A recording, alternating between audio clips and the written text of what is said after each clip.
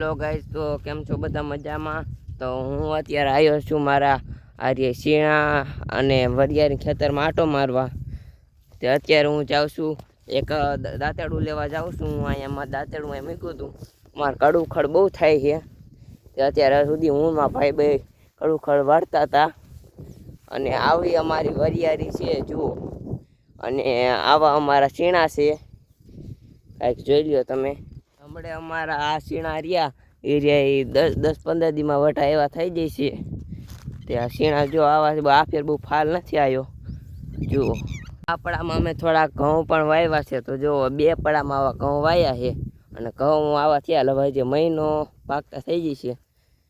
તો જોઈ લ્યો આવો નજારો છે અમારે. આપણે દાંતેડું લેવા આવ્યા હતા, તો દાંતેડું લઈ લીધું છે અને હવે થાય છે આપણે ઘરે હાલતા. આ અમારો આંબો છે. આ ફેર આમાં ફાલ વધુ સારો આવ્યો છે.